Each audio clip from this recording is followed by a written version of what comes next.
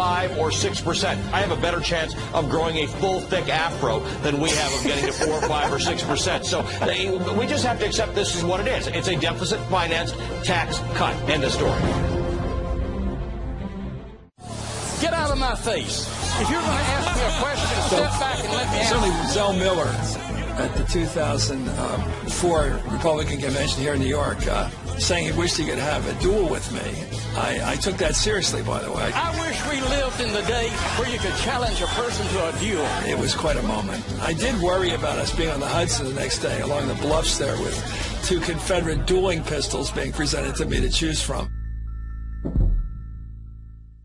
News doesn't just break. It's Old Texas Church right over there where a gunman opened fire. Months of no power and no water. Splinters in different directions. As Donald Trump seeks to tighten the vice on North Korea. Takes unexpected twists and turns. Paul Manafort's turned himself in at the FBI. Our trusted NBC News journalists will guide you through every one. President Trump sparking controversy once again. So wherever the story goes, How is this White House going to answer this question tomorrow? you'll be right there with it.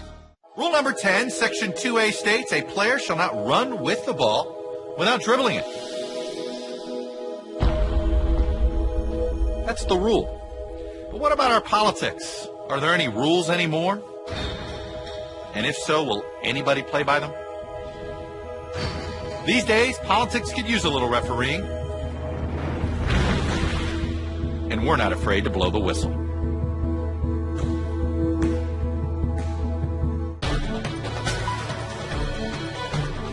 Hardball with Chris Matthews, only on MSNBC.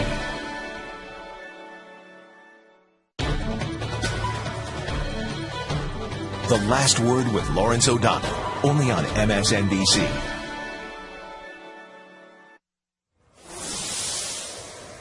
And one more thing. This could be a very good holiday season if you're an American Airlines pilot.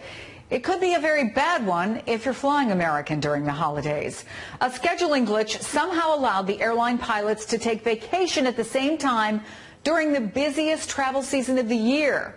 That means pilots on vacation, not in the cockpit, for as many as 15,000 flights next month. 15,000 flights without someone scheduled in the cockpit. American says it has reserved pilots to help cover flights and is offering to pay pilots more than their hourly rates to pick up open trips. Stay tuned because this just in the last couple of minutes, the company now says the number of flights with pilot staffing issues they believe has been slashed to just a few hundred and continues to drop. They think they have this nearly solved. That wraps up things for this hour. Casey Hunt picks things up right now as we await the briefing at the White House on this very busy day in Washington. Hi, Chris. Thanks very much. I'm Casey Hunt in for Ali Velshi. Sarah Huckabee Sanders is set to address the White House press corps at any minute. Many of the questions she's bound to face will be about the story that affects every single American family, taxes. Republicans are on an all-out offensive to push the tax bill to the finish line as the prospects of passing the bill have dramatically improved. We're going down the home stretch, headed toward the finish line either late tonight or early tomorrow. The speedy timetable has created yet another congressional showdown happening on the floor right now. Late this afternoon, Democratic Senator Dianne Feinstein tweeted this warning, quote, "Update, we may vote on the Republican tax bill tonight. We don't have the final bill. We don't have the analysis from the Joint Committee on Taxation as to whether or not the bill would boost the economy. We don't have a Treasury Department analysis. This is outrageous." So let's take a look at some of the major highlights of this Senate tax bill that you may not be familiar with, but frankly, this bill is going to affect you. To start, the corporate tax rate is going to see a cut from 35% down to 20%. That's similar to the House tax plan. The main difference is that the reduction wouldn't kick in until January 2019. That's a departure from President Trump's initial demands. Deductions on state and local property taxes, known as the SALT write-off, would end under this Senate bill. So that means people, and particularly property owners in high-tax, usually blue states like California, Oregon, Wisconsin, and Maryland, they could see a rise in their federal tax bills starting on January 1st. When it comes to tax cuts, Congress' nonpartisan Joint Committee on Taxation estimates that 60% of Americans would get a tax cut of at least $100 in 2019. But get this. The GOP plan, individual tax cuts are set to expire by 2026, while corporate tax cuts are permanent. That's a budget gimmick that's designed to keep the sticker price under $1.5 trillion. The Congressional Budget Office estimates that American families earning $75,000 or less would see a tax hike by 2027 as a result of this expiration. And even though the president insists this tax bill will hurt the wealthy, including himself, the Tax Policy Center says the top 1% gets 62% of the total benefits under the Senate bill by the year 2027. The Congressional Budget Office's report also estimates the bill adds a whopping $1.4 trillion to the national deficit over the next decade. It needs to be under 1.5, according to Senate rules. As of now, there aren't any Republican senators vowing to vote no on the GOP tax bill, with Republican Senator John McCain just the latest to say he'll vote in support of the tax plan. In theory, the bill could still collapse. Only 3 Republican senators need to vote against it to make it a no-go. Right now, there are 3 GOP senators who are voicing concerns with the bill. But on the whole, it seems like it's on a glide path to passage by the end of this week. Joining me now on Capitol Hill is MSNBC's Garrett Haake. Garrett, great to see you. I know you've been chasing senators left, right, all over the Capitol today. Where does everything stand right now? What should we expect over the next 24 hours? Casey, the tone is so different today than it was in the final hours leading up to the health care fight, where we knew there were Republican senators who were dug in and going to vote no. We knew John McCain was somewhere out there making a choice, not deciding to speak his mind to the last minute. Today and last night, there has been a sense that even Republican senators who don't love everything about this bill are prepared to compromise to get it done, in part because they think it's so important. You mentioned John McCain saying he's on board. You showed those 3 Republican senators, all budget deficit hawks, who have concerns about this bill, but it's not clear that they're prepared to stand up and vote no, even if they don't get what they want. That's going to be the fight to watch tonight. But look at someone like Susan Collins. She's put an amendment out there to restore some of those SALT deductions, focusing on property tax. Here's how she described the conversations around her amendment when we spoke to her earlier. The SALT amendment is extremely important to me. The health care agreement is extremely important to me. And it would be very difficult for me to support the bill if I do not prevail on those 2 issues. The reason that I'm more optimistic reflects the extensive discussions I've had with both administration officials and our Senate leaders. That's from a breakfast this morning, not from our interview, but the point is still the same. Susan Collins saying it would be tough, but she's not coming out there and being a hard no like she was during the health care vote. So, Casey, they're still sort of putting the airplane together while they're at 30,000 feet, but right now it seems like the Senate Republicans have some trust in the mechanics doing the work. Garrett, can I ask you quickly, our colleague Frank Thorpe caught up with Senator Joe Manchin, who told him that he might actually vote for this, which was pretty interesting to me. What is your take about what that means here? Yeah, so Manchin was the leader of a group of moderate Senate Democrats who came out the other day and said, we really want to be part of this process. We want Republicans to work with us. We want them to slow down and get some Democratic ideas involved in this bill. And he wouldn't come out then, and he and several other moderate Democrats have refused to entirely close the door on this. But I just don't know, Casey. He also said in that press conference that he couldn't vote for a bill that has a 20% corporate tax rate. That's been the one part of this tax debate that the president has said is untouchable. So it's hard for me to see how he would square that circle, but I think you are seeing moderate Democrats trying to leave the door open to maybe get some of their priorities involved in this, at least to the last minute. Manchin in something of a tough position considering the state of his electorate in West Virginia, and if he were to vote yes, he'd give a lot of cover to Republicans and make this bill bipartisan. Garrett Haake, thanks very much. Really appreciate it. You bet. If Senate Republicans are successful in passing their tax bill, the Kind Fund also provides scholarships for girls to complete their high school education. Education is key to have a good life. There's no contribution too small. I'd like to be a doctor. We can never thank you enough. Learn more at lastworddesks.msnbc.com and watch The Last Word with Lawrence O'Donnell weeknights on MSNBC. You disagree with me ideologically. I do.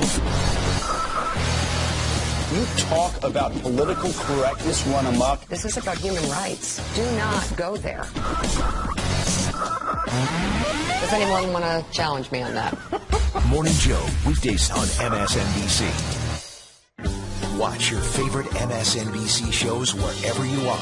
Catch the latest full episodes and watch live. Download the MSNBC app today. President Trump today locked in a war of words with the leader of one of America's closest allies. Just hours after British Prime Minister Theresa May targeted Trump with a rare public scolding for retweeting those 3 inflammatory anti-Muslim videos posted by the leader of a far-right extremist group, the president fired back, tweeting that she should be focusing on the destructive radical Islamic terrorism that is taking place in the United Kingdom. Then May had this to say about the tweet this morning. But the fact that we work together does not mean that we're afraid to say when we think the United States have got it wrong, and to be very clear with them. And I'm very clear that retweeting from Britain First was the wrong thing to do. Joining us now to talk about this, in Washington, Ashley Parker, Washington Post White House reporter and an MSNBC political analyst. From London, Nico Hines, London editor of the Daily Beast. Good to see both of you. Ashley, in the piece you co-wrote for today's front page, here's part of what you wrote. Again and again, Trump veered far past the guardrails of presidential behavior. But despite the now routine condemnations, the president is acting emboldened, as if he were impervious to the uproar he causes. If there are consequences for his actions, Trump does not seem to feel their burden personally. Does it seem that, far from being chastened by past controversies from these tweets, he intends not just to continue, but maybe even up the ante? Yeah, I think that's an accurate assessment of the situation, and I want to be clear, we're not saying there are no consequences. We just saw the Prime Minister of Britain rebuke the President, but the issue is he is not personally feeling these consequences, and in talking to aides and friends and advisors, they say he does feel emboldened, and there's a couple of reasons for that. First of all, can I just stop you there, because I wonder if quite to the contrary, he likes the fact that now he's mixing it up with her. He isn't bothered by the fact that she's criticized him. I think you're exactly right. People repeatedly describe him as a counterpuncher. If he feels like he's been criticized, or even if he thinks he may be criticized, he will often preempt that with a tweet or a nasty comment. And in addition to being a counterpuncher, he relishes that one-on-one combat. That's often where he finds that he's at his best, most effective. He has diminishing nicknames for foreign leaders and rivals. That's something that excites his base. So I think you're exactly right. He's more than happy to go head-to-head, even with, for instance, key allies. So, Nico, what has been the reaction there beyond Theresa May? And does it seem like there are any consequences for him or for the alliance? Well, there'll certainly be personal consequences for him if he does ever make this fabled state visit to Britain. I remember being in the crowds when George W. Bush came to visit shortly after the Iraq War, and there were tens of thousands of people in the streets shouting abuse as his car went past, and I think Donald Trump would get even worse treatment if he were to ever show up here. I think what's interesting in terms of the counterpunching is that Theresa May has gone out of her way not to criticise Donald Trump, but in fact is under pressure domestically to be tougher on him. So it's awfully embarrassing for her, having kind of stuck her neck out to try and defend Donald Trump to some extent, that whenever she's done that, she gets nothing but abuse back from him. Yeah, I mean, let's be clear about these videos. These are videos from a group that has been roundly denounced, a group where they put these video outs that are unverified, that are inflammatory, and yet White House Press Secretary Sarah Sanders, again yesterday, defending the president. Let me play that. Whether it's a real video, the threat is real, and that is what the president is talking about. That's what the president is focused on, is dealing with those real threats, and those are real no matter how you look at it. So, Ashley, how is this all playing on Capitol Hill, and how's it playing generally?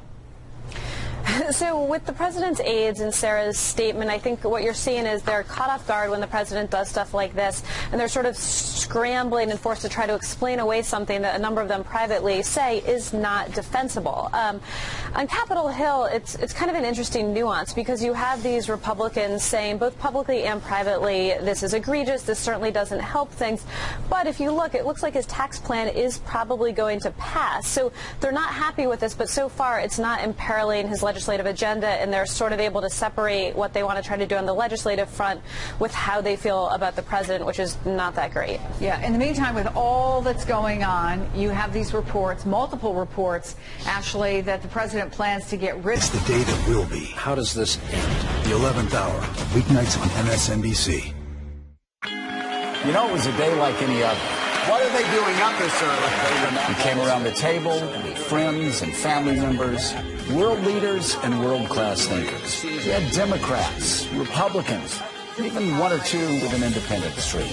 We were there to exchange ideas, have a conversation, and even laugh, just like we've been doing for the past 10 years. So we really want to thank you for making us a part of your morning routine. Thank you for being part of our family. Spend time across this country and you start to see there are no local stories. You pull up the threads of some local headline, there's almost always something bigger. A flag in South Carolina, a clinic closing in Texas, an oil train from North Dakota moving through your town. What you see from your own front porch, it turns out to be the story of all of us in this country at this moment in time. And these are stories worth telling.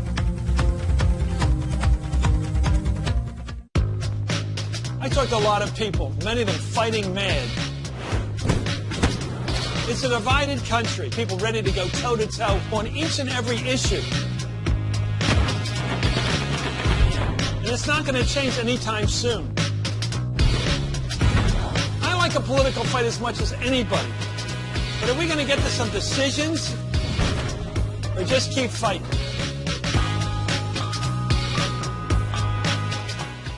Before it was the biggest political scandal in history, it was just an office building, Watergate. We know its name because there were reporters who never stopped asking questions. Now, who knows where the questions will take us, but I do know this.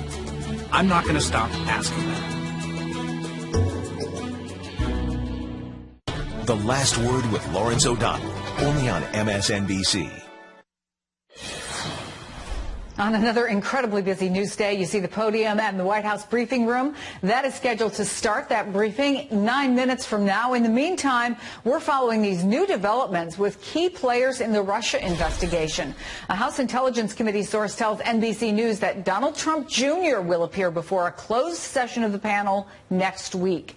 This news came on the same day Attorney General Jeff Sessions met with committee members behind closed doors. And the panel's top Democrat, Adam Schiff, says he was concerned by how Sessions handled one key question.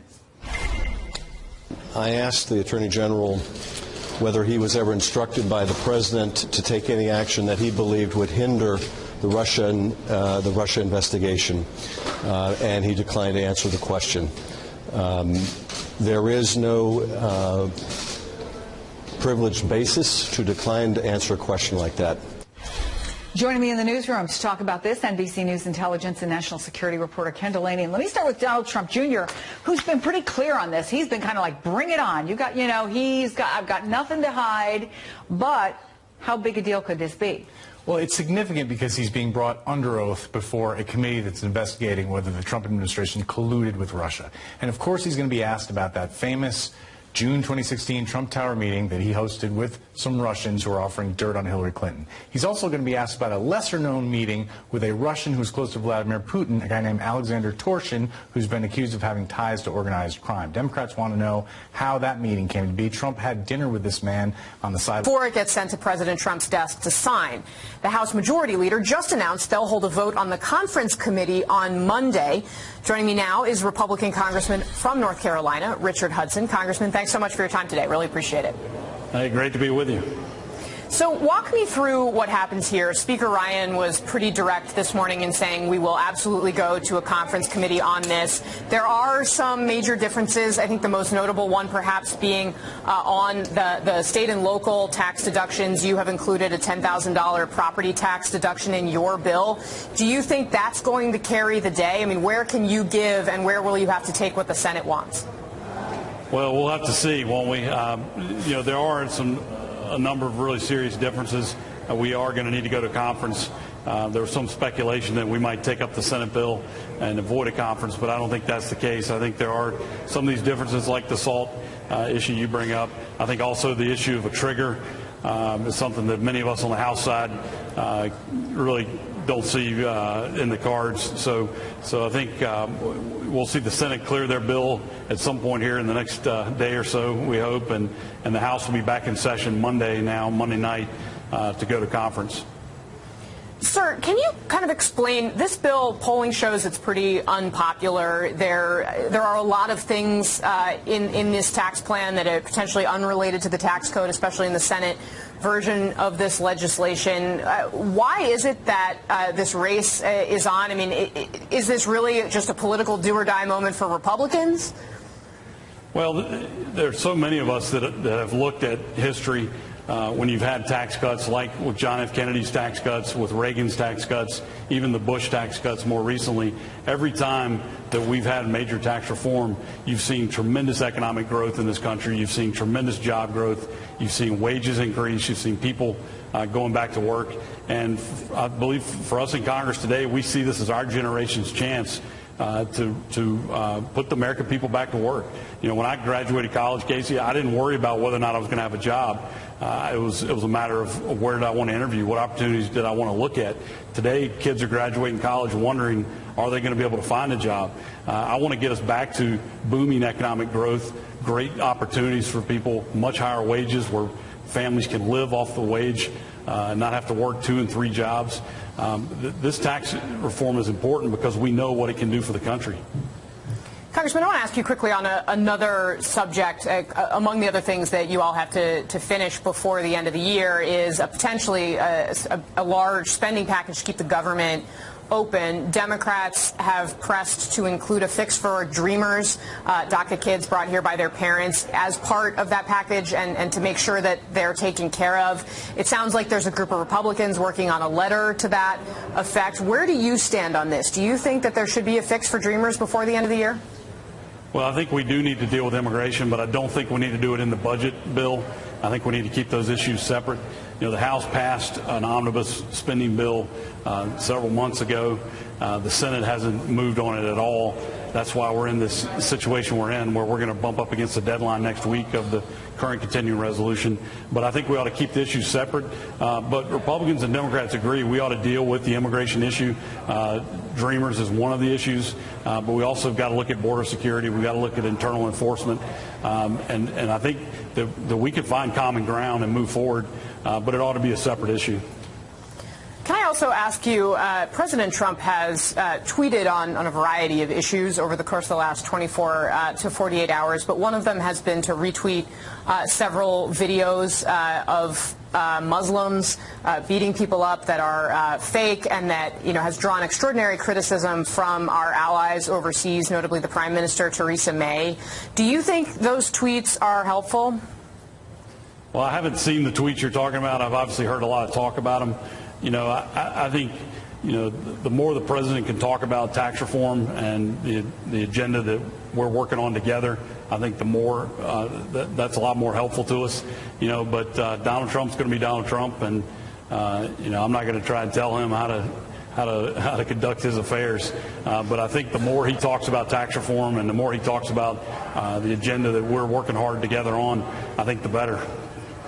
Congressman Richard Hudson of North Carolina, thanks very much for your time. I really appreciate it. Anytime. Thank you. President Trump dodged questions this morning on the reports that he's considering replacing Secretary of State Rex Tillerson with CIA Director Mike Pompeo.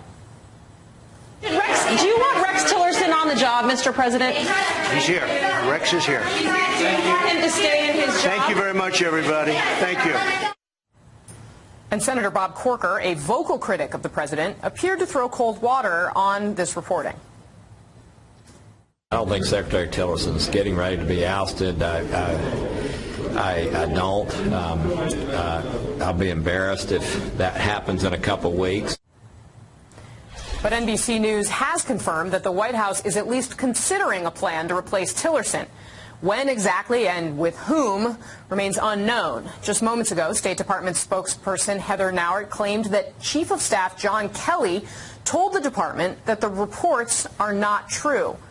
For more on this, NBC's Hallie Jackson joins me from the White House briefing room, where we are expecting Sarah Huckabee Sanders any minute. Hallie, what do we know about this Tillerson speculation? What at this point is real and what is still coming together?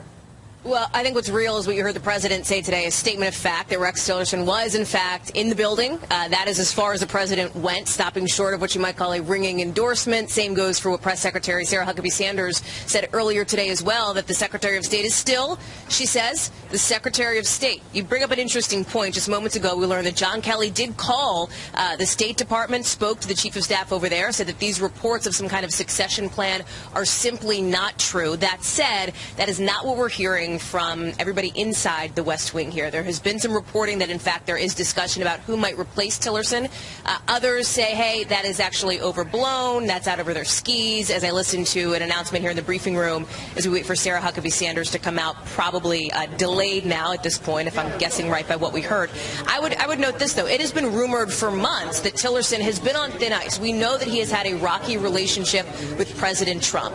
His spokesperson is now saying, listen, they've had disagreements on policy, but Tillerson is going to continue on with his job. He's actually headed to Europe next week to continue on doing the work that the State Department needs to do. But there have been some real questions about how efficient and how effective the State Department can actually be, given what is clearly a gulf between the President of the United States and his top diplomat, Rex Tillerson. I would also note that at this point, you look at the precarious position that the U.S. has internationally when it comes to one of our closest allies. You brought this up with the Congress, the member of Congress that you just interviewed, the retweets of that inflammatory, unverified, anti-Muslim video that has Theresa May now publicly, very unusually and very publicly rebuking President Trump, that has Parliament members over in the UK extremely upset, and that has set off kind of an international incident here at a time when you need, some argue, a strong Secretary of State, a strong diplomatic front. There are some real questions about the U.S. sort of stability right there. Now, Theresa May does say that the special relationship, as it's been called, between the U.S. and the U.K. is important and continues to be important, but I expect that that is going to be a big topic of conversation for the press secretary sometime in the next couple of minutes here, Case. Hallie, let me ask you again about Tillerson, who you were talking about at the top. The speculation is that he might be replaced with Mike Pompeo, the current the CIA director. Yeah. Can you sort of describe what is the difference between the president's relationship with Pompeo compared to his relationship with Tillerson? Night and day. And I think that that's backed up by what I've been hearing from sources all day, which is that the president very clearly trusts and has a bond with Mike Pompeo. The two of them have an obvious warm relationship. That is not; those are not the kinds of words. That is not the kind of language that you hear when you ask people about the president's relationship with Rex Tillerson, for better or worse. And that's not saying anything about how that allows Tillerson to perform his job. It's just a statement of what you hear when you ask about the interpersonal relationship between these men and between these leaders of agencies. Now, of course, Mike Pompeo is somebody who has been talked about as potentially replacing Rex Tillerson, but so has Nikki Haley, remember, and that's been something that's been speculated about for months. It's been reportedly the cause of some real tension between the State Department and Ambassador Haley, and so I wouldn't rule that out as a possibility as well. The fact that it's even being talked about and it's being talked about so frequently, Casey, I think should tell you something too. Keep in mind, as you know from your work on the Hill, that Pompeo has relationships with members of Congress. Some of those members of Congress talk with the president regularly, so I wouldn't put that out of play altogether.